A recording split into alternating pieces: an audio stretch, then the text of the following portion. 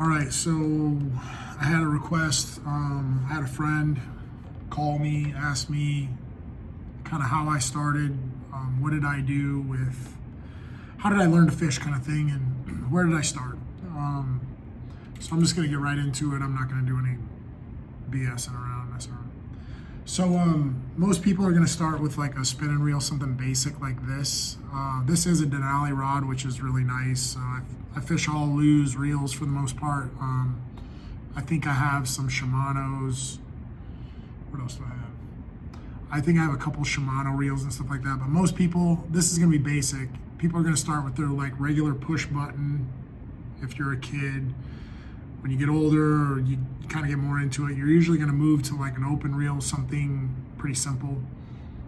So I'm just gonna cover some things that I did that are kind of silly, but it is what it is. So the first thing I did was I bought an open reel, and I thought I was gonna be catching these monster fish. So I put 50-pound test on it. You know, I put 100-pound braid and all this madness.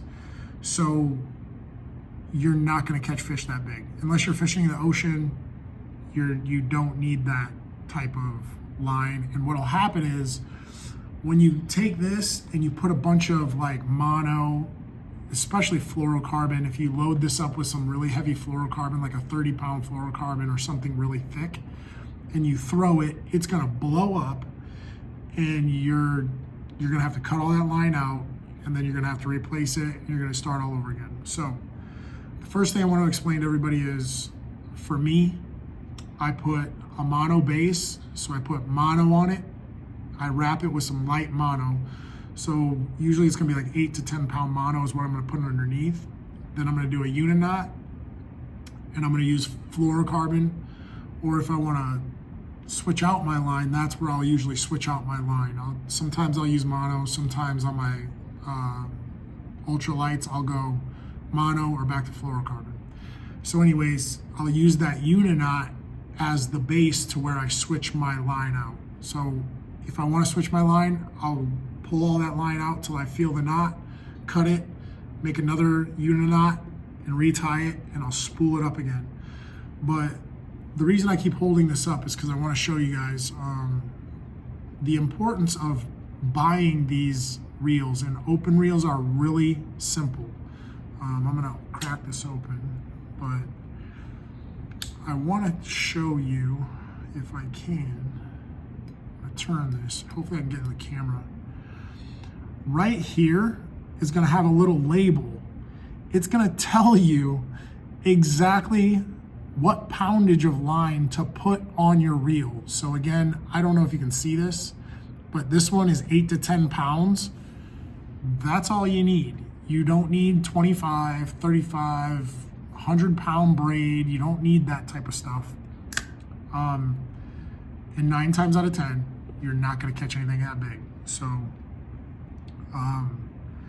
again, when these are called ultralights for a reason, most open reels are gonna be what you call an ultralight, unless you have something that's really heavy duty.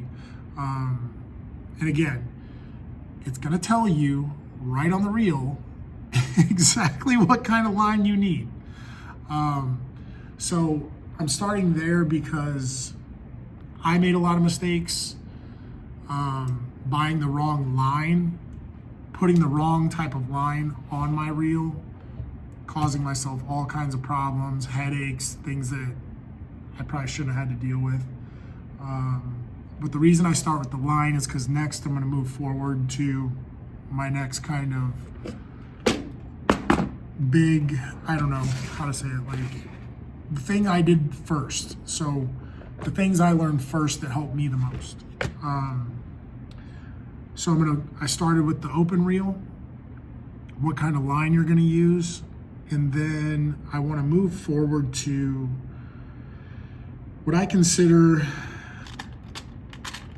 the next important thing, hooks.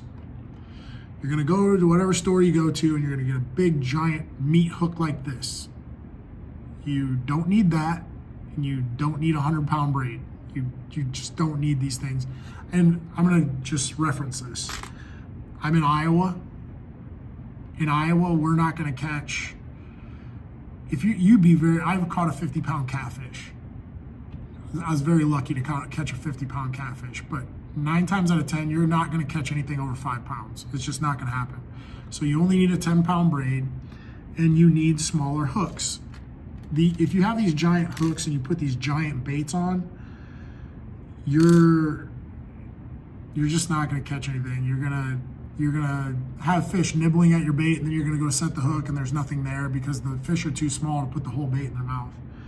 So on ultralight, 8 to 10 pound, I'm gonna use a little tiny hook, probably like this. I like this one because if you see, it's got a real weird kind of bend to it.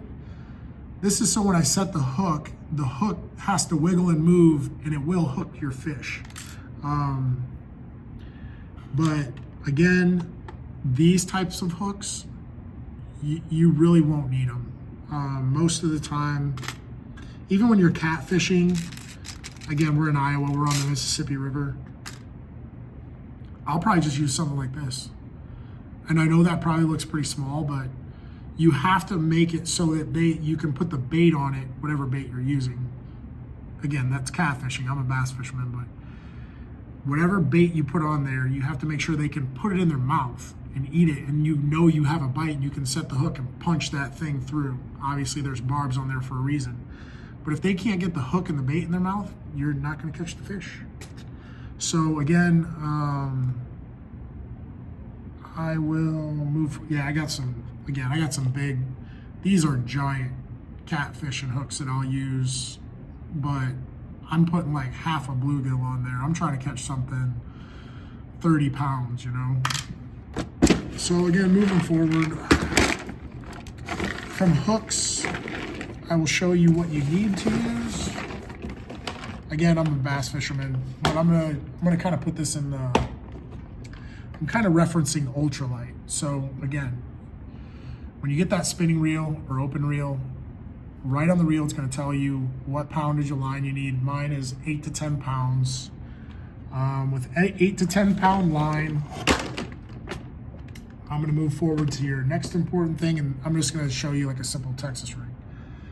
I get bobber stops. So bobber stops, I put a bobber stop on that line. I'm going to put a really light weight on this. This is lead, but I do like tungsten. There's different types. Let's see here. And I'm just showing you, I have weights for days. And I paint some of my own. I kind of do some of my own stuff. But I'll put a tiny little lead weight on there. Again, 8 to 10 pound test, fluorocarbon or mono. I will use a little tiny lead weight, or if I can find a tungsten one, I'll show you a tungsten. I don't think I have any tungsten in this one, but I will go, I think this is tungsten. Yeah, this is tungsten. So this tiny little, so these are the same. This one looks smaller, but it's tungsten, so it weighs more. But a bobber stop, some light weight behind that bobber stop, and then I'll probably go, again, ultralight. I might use this. This is just a really simple, small wire, wide gap. Boom. So I put my bobber stop on, I put my little weight on, I tie up, probably a wide gap. I'll put a craw on there, a worm on there, and soft plastics. So I'll put a soft plastic on there, tie it up, cinch knot. I have a different knot I use for fluorocarbon, to be honest. I don't even know what the name of it is. I just picked it up off of a guy, and it works great, so I use it. You could do something simple on your open reel. So again, we're talking about this. This is an open reel, what every person pretty much basically uses who's out there fishing. And again, I'm bass fishing. I use a lot of bait casters. I do use the open reel. You can use a shaky head, any kind of shaky head hooks. This one is just got a jointed, it's got a jointed weight already on it. So all you have to do is tie to it. So you don't need the bobber stop, you don't need the weight, which is cool. just go right there, boom, put your soft plastic on, and you can start throwing that thing. Trying to see here, some different types. This is one I really like. I will use these. I will just tie on a weedless, that's a weed guard, so a weedless circle hook. I really like that on ultralight. And then I'll put my soft plastic on there however I like it rigged up. But with weedless, I'll probably just put the top of the worm or the top of the crawl or whatever on there. And again, these are kind of like my junk tackle. It's like junk tackle bins. But that's somewhat basic on ultralight. You can, again, on ultralights, you can also throw cranks, and you can throw some jerk baits and stuff around. I'll probably, if I was gonna throw, this is kind of a little small jerk bait. I might throw something that small on my open reel. Again, 8 to 10 pound test, something like this, you can get it out there pretty good. You know, give it a couple wiggles in the water, boom, you get hit. But what I wanted to do is give a kind of like a short rundown of what I might do. The main thing I probably use my ultralights for is, like I showed you, that weedless. I really like that weedless hook.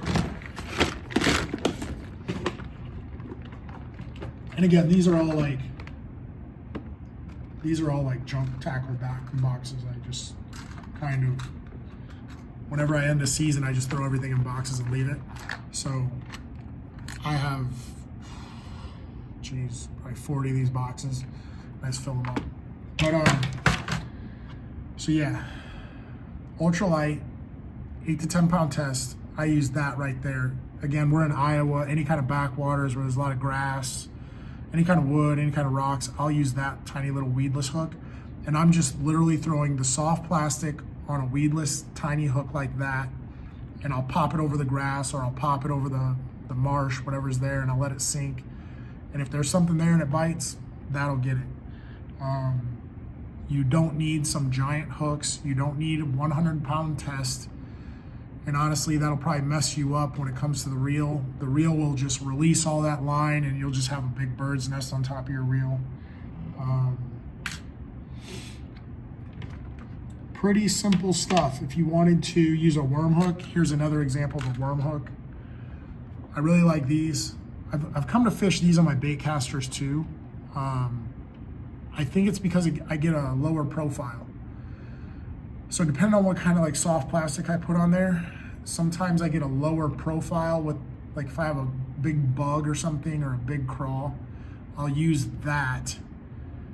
And it's a worm hook, but I just feel like I get a better profile with it instead of using like this giant. I'll show you. Like, what I mean by profile is if I use a wide gap, I feel like the wide gap makes the bait turn at the bottom. So that's the difference. So sometimes I just really choose that worm hook over the wide gap. But that's me. So yeah, I thought I'm running up on about 15 minutes here. So I thought I'd just show a few things that I would run on my ultralights, and I got a few different ones here. So like I said, this one is 8 to 10. Let me look at this one. Let me see if this one's on there. And this one is different. This one's actually a Quantum. Yeah, this doesn't have it on it. But my Lew's do. Like I said, the other one was 8 to 10. Usually you can find out, usually they're marked right on the reel, but most open reels, ultralight, I'll probably go with that Texas rig or shaky head. That's usually what I'm throwing. Really simple stuff. Bobber stop, weight, a worm hook or a wide gap hook. Shaky heads are usually like a weighted end, maybe a jointed hook on there. And I'll throw those things pretty much anywhere. But again, I think the things that messed me up in the very beginning was I was trying to use too much line, way too much line. I was loading up my reels with 25, 30, or plus 40-pound test. I wasn't going to catch any fish that big. I was using some of the wrong hooks, and I think that switching back and forth, sometimes you want to tie on, you want to use that ultralight rod and reel for like a crankbait or a jerkbait, which is kind of normal, I think. So if I have too thick a line, I won't even be able to get that bait out there. I'll just be worried more about my line kind of knotting up, and my knots will hit the rings in my rod, and then I'm just kind of screwed. But I thought I'd give you that. I'd give you that to start with. Again, this was kind of a request from a friend of mine. I'm just making this video real quick. These are little tips and tricks I think that I used in the very beginning. Like if somebody didn't tell me like what I'm telling this guy right now, it took me a long time to figure out I need 8-pound tests.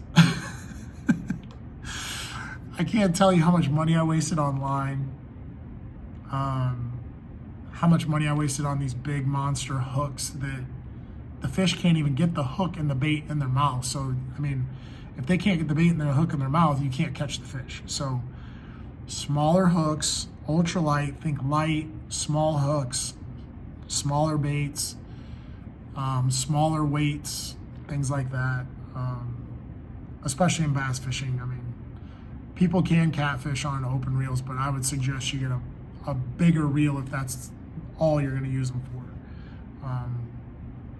So again, I kind of extended this a little further than I thought, but I thought I'd give you guys a rundown.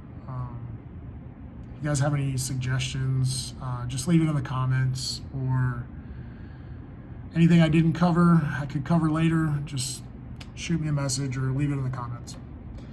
Thanks a lot, guys. Later.